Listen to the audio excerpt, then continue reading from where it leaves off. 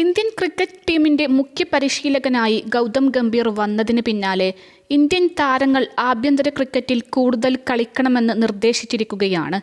മോശം ഫോമിലുള്ള എല്ലാ താരങ്ങളും ഇപ്പോൾ ആഭ്യന്തര ക്രിക്കറ്റ് കളിച്ച് ഫോം തെളിയിക്കാൻ നിർബന്ധിതരാവുകയാണ്. ദുലീപ് ട്രോഫിയിലും ഇറാനി കപ്പിലുമെല്ലാം ഇന്ത്യൻ ടീമിനായി കളിക്കുന്ന പല താരങ്ങളും ഉൾപ്പെട്ടിട്ടുണ്ട്. ഇതെല്ലാം പരിശീലകൻ ഗൗതം ഗംഭീറിന്റെ നിർദ്ദേശപ്രകാരവുമാണ്. ഇനി രഞ്ജി ട്രോഫിയാണ് വരാനിരിക്കുന്നത്.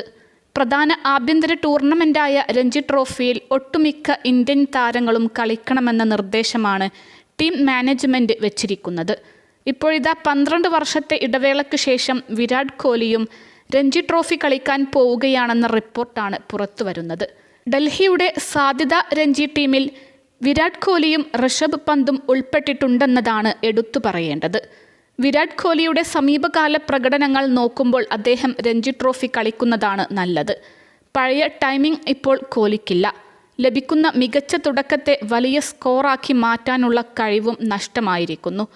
അന്താരാഷ്ട്ര ക്രിക്കറ്റിൽ കളിച്ച് ഫോം വീണ്ടെടുക്കാൻ ശ്രമിക്കുന്നത് ടീമിനെ കാര്യമായി ബാധിക്കും. കോഹ്ലി രഞ്ജി ട്രോഫി കളിച്ച് ഫോം വീണ്ടെടുക്കാൻ ശ്രമിക്കുന്നതാണ് നല്ലത്. ആഭ്യന്തര ക്രിക്കറ്റിൽ മികച്ച താരങ്ങളുണ്ട്. മികച്ച പേസർമാരെയും സ്പിന്നർമാരെയും നേരിട്ട് കോഹ്ലിക്ക് പഴയ ഫോമിലേക്ക് തിരിച്ചെത്താൻ സാധിക്കും. T20 മതിയാക്കി ടെസ്റ്റിലും ഏകദിനത്തിലും മികവ് കാട്ടാനാണ് അദ്ദേഹം ശ്രമിക്കുന്നത്. മികച്ച ഫിറ്റ്നസ് ഉണ്ടെങ്കിലും പ്രകടന മികവ് താഴോട്ടാണ്. അടുത്ത ഏകദിന ലോകകപ്പ് കൂടി കളിച്ച് പടിയിറങ്ങണമെന്നാണ് കോഹ്ലിയുടെ ആഗ്രഹം.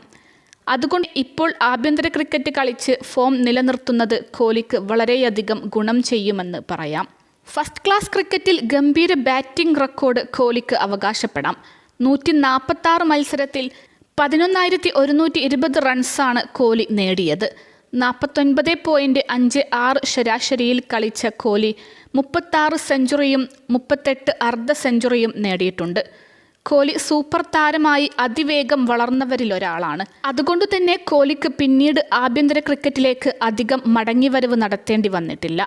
ഇന്ത്യയുടെ പല സൂപ്പർ താരങ്ങളും മോശം ഫോമിലായ സമയത്ത് ആഭ്യന്തര ക്രിക്കറ്റ് കളിച്ചാണ് ഫോം കണ്ടെത്തിയത്.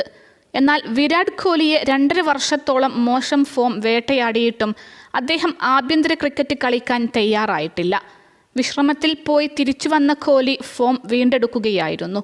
അതുകൊണ്ട് തന്നെ ഇപ്പോൾ ഇത്തരത്തിൽ വിശ്രമത്തിൽ പോവുകയോ അതോ ആഭ്യന്തര ക്രിക്കറ്റ് കളിക്കുകയോ ചെയ്യാൻ കോഹ്ലി നിർബന്ധിതനാണ്. വിരാട് കോഹ്ലിയോടൊപ്പം ഡൽഹിക്കായി കളിക്കാൻ ഋഷഭ് പന്തും ഉണ്ടാവുമെന്നാണ് വിവരം. സാധ്യത ടീമിൽ കോഹ്ലിക്കൊപ്പം ഋഷഭ് പന്തും ഉൾപ്പെട്ടിട്ടുണ്ട്. പേസർ നവദീപ് സൈനിയും ടീമിലുണ്ടാവും. ടെസ്റ്റ് ടീമിലേക്ക് തിരിച്ചുവരവ് പ്രതീക്ഷിക്കുന്ന താരമാണ് സൈനി. വിക്കറ്റ് കീപ്പറായി അനുജ് റാവത്തിനെ പരിഗണിച്ചേക്കും.